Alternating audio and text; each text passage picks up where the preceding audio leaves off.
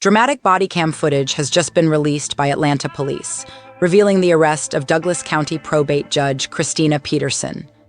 The incident occurred outside a bustling nightclub when it is reported that Peterson struck an officer. Let's take a look at the footage now. Ma'am. Take me where you want to take me. I can't take no, you. I don't take have any me. identification on And it. I don't care. You don't need identification. You have locked people up and you have picked up dead bodies when you don't know who bodies it was, but you picked them up. Take me where you need to take me.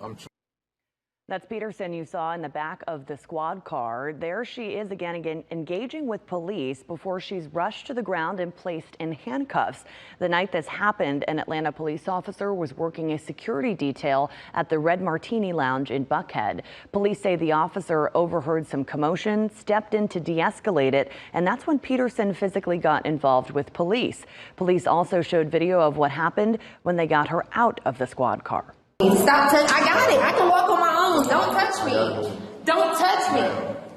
Don't touch me. I got it. I can walk on my own. Don't touch me. Peterson is now being charged with simple battery against a police officer and felony willful obstruction of law enforcement by use of threats of violence. The judge and her attorney held a news conference yesterday. She says she was wrongfully arrested and now wants the charges dropped.